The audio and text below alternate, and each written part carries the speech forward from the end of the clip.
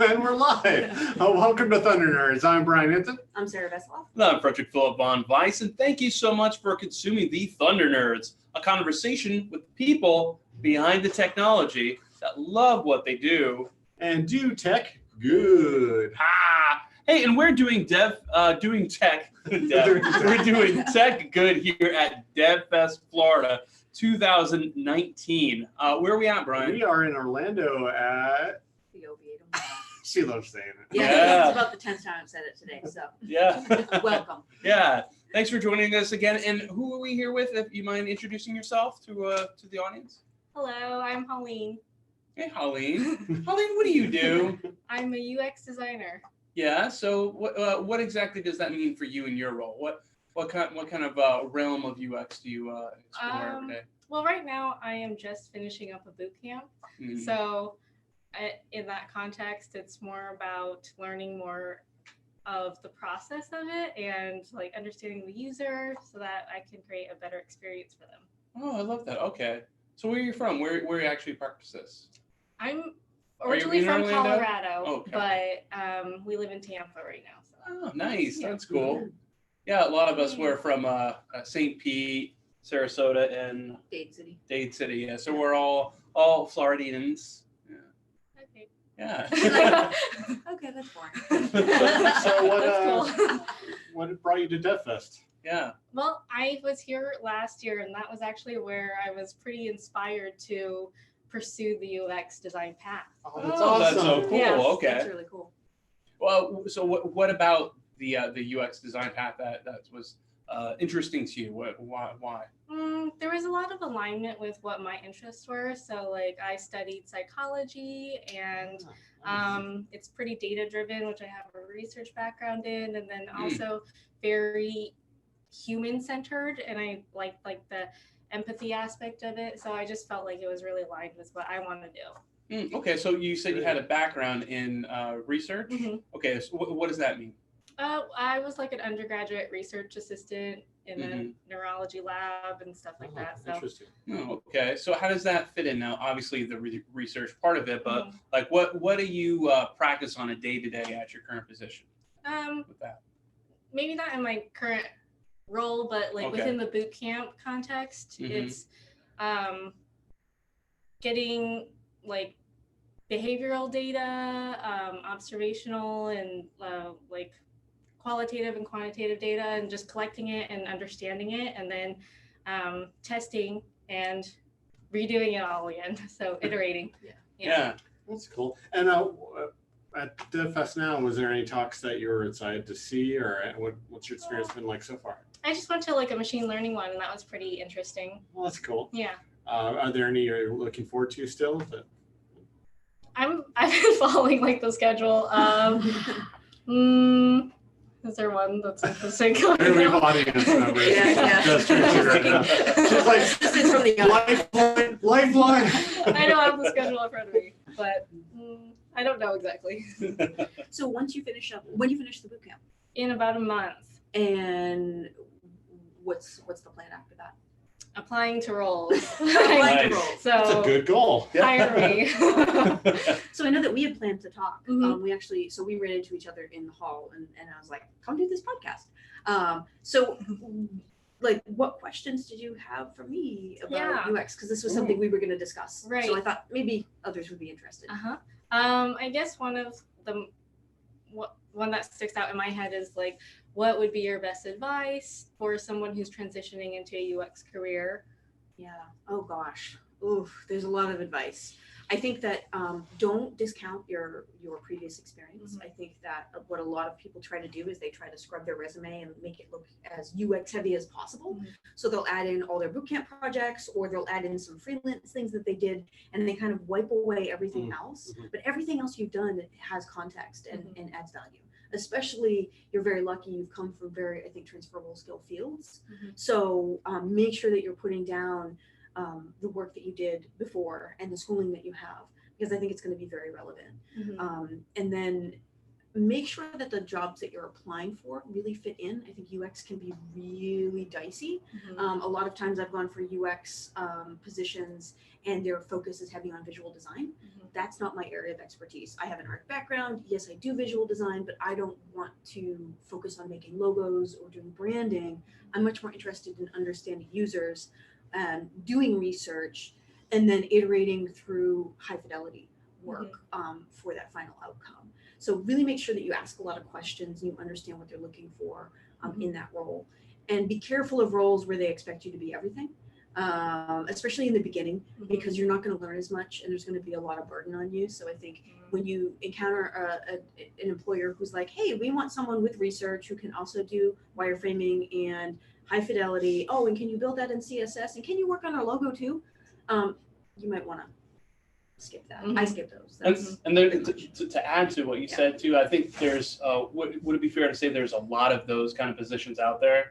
Yeah, it's like more of that than anything. It depends what you're looking for too. I mean, if you wanted that focused UX role, then avoid this. I'd also make sure your portfolio has at least one or two like well written. You don't have to have tons of. That's one thing that people do is they have tons of portfolio pieces, but it's all about having well documented, especially with case studies, especially with UX roles.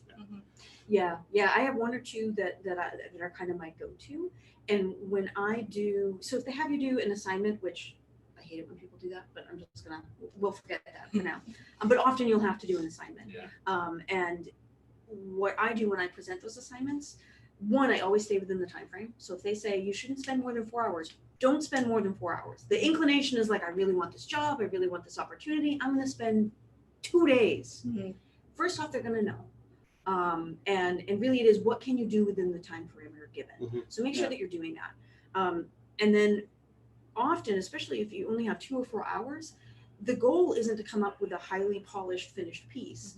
They're more interested in how do you think and how do you attack a problem. So the ones that I've done, what I'll do is I don't have any type of finalized presentation.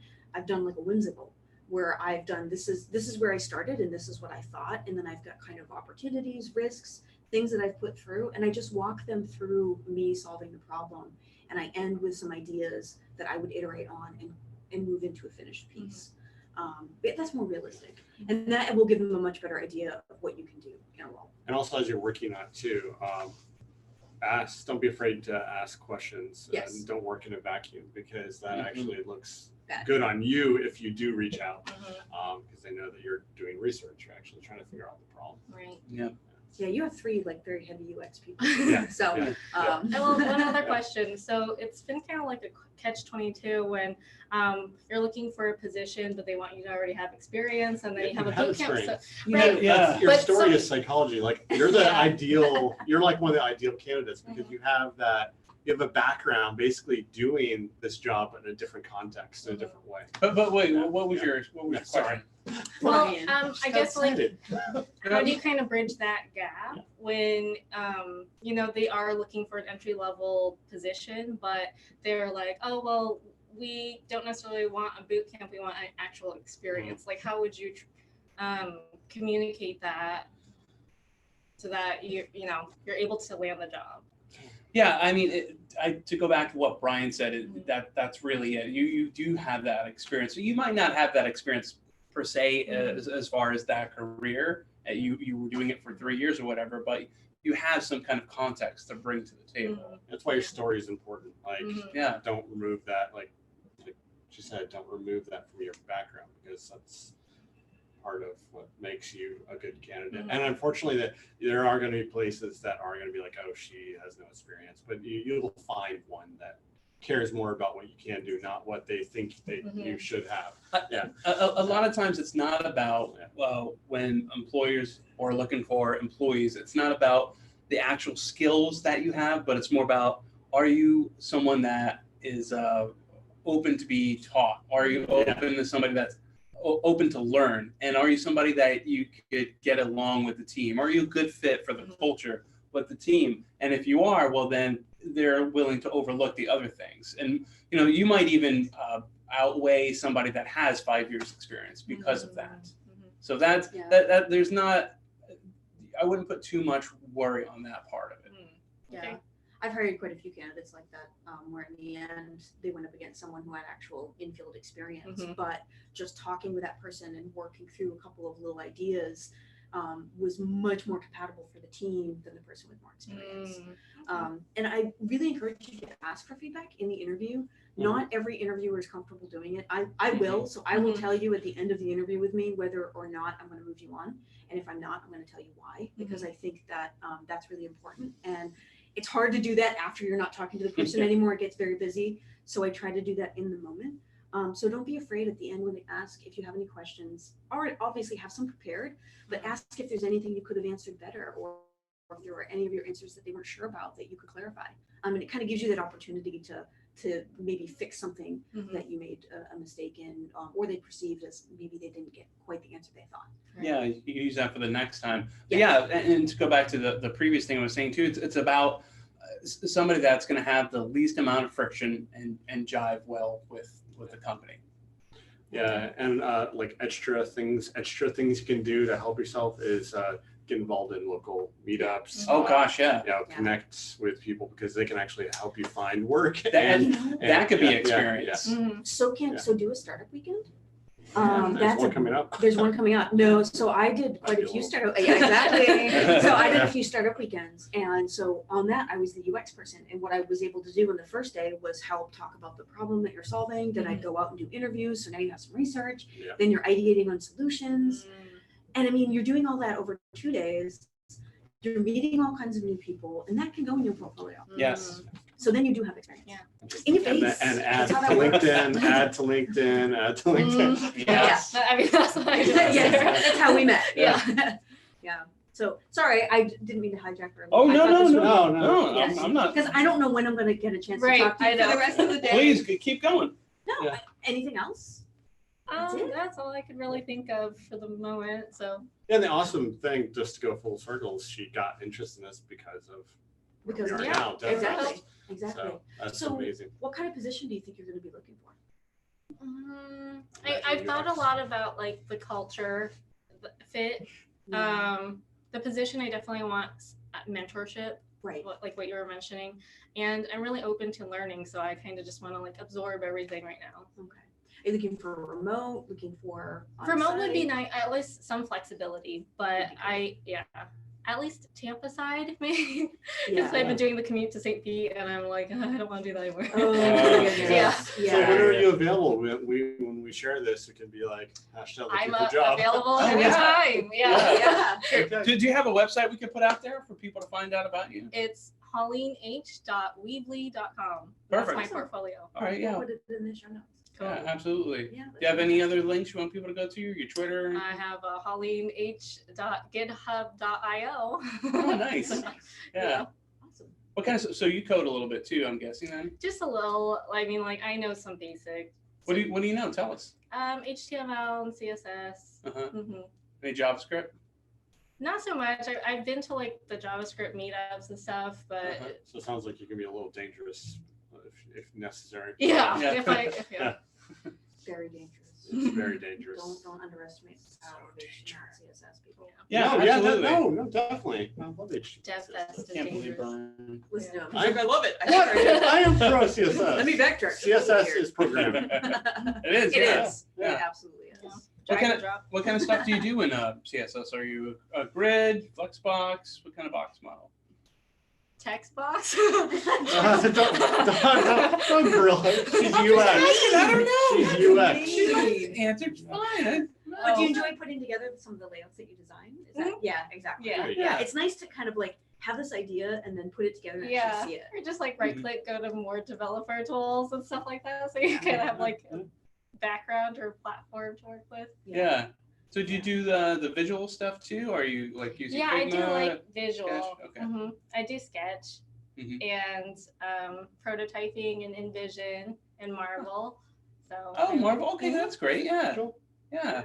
I think. Yeah. I mean, you're already you're there. You know more than most. Mhm. Yeah. Yeah, I really liked my boot camp, so I would recommend springboard.com if anyone wanted to do boot camps as well. Yeah. You're the I think the third or fourth person that we talked about that with. Mm-hmm. Yeah.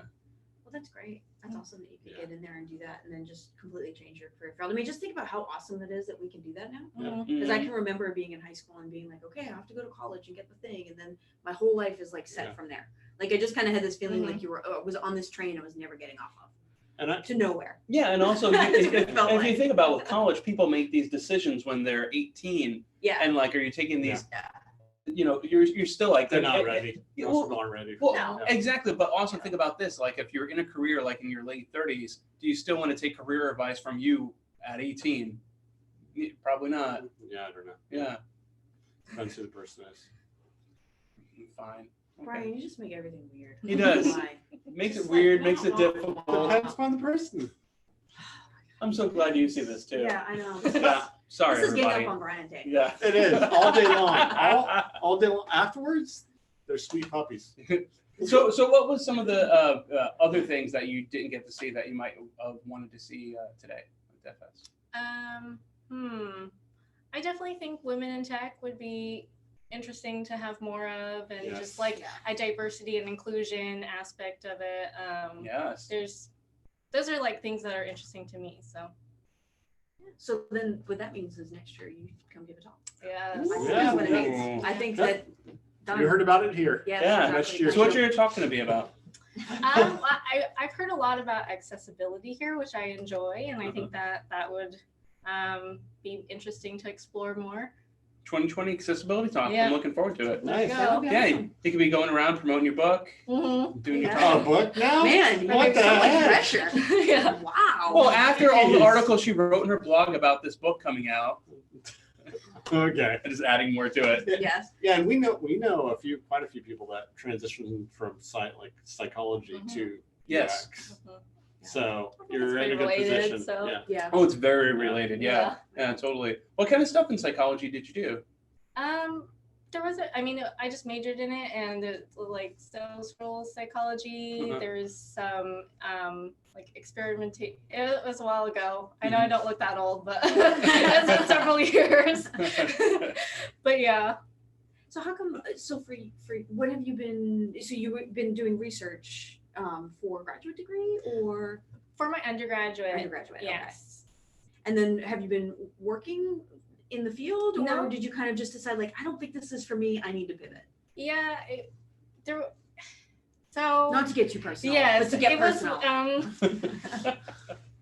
Like there were results, but it just took so long Yeah. to get results. So I'm more of like I need Instant more gratification. instant. Yeah. I hear you. Yeah, so it was just a little bit dry for me in that area, but the research itself was interesting. We're studying like the behavioral models and drug addiction on the brain, so that was cool. Oh, That's really interesting. neat. Yeah. Yeah. But I can see that that's the kind of stuff that you do for years and years and years. Yeah. before you can Yes. aggregate results. And I think they just published a paper not too long ago, and it's been like 5 years, so it's Yeah. just, it wasn't as instant as I wanted. I like instant feedback and stuff, so. yeah, well then you're in the right field because it's pretty much if you're not going to get it instantly, they won't even let you do the Mhm. research. They'll Yeah. just make you Yeah. design it. It's Mhm. very iterative too. It's very iterative too. So That's Mhm. funny. Yeah. Yeah. Well, Cool. fantastic. Yeah. Thank you so much. Thank Really you. appreciate you being on Thank the you. show. I'm not shaking your yeah, hand. no, I I won't Okay. do it again. She doesn't There's shake a whole hands. thing that happened Yes, earlier. this is what Oh, harkening Just back. kinda- I'm actually Oh, not a coffee. germaphobe. Uh-huh. I just like all this handshaking is making me extremely nervous. Okay. So You heard it here. Thanks everybody for watching. Sarah is a germaphobe.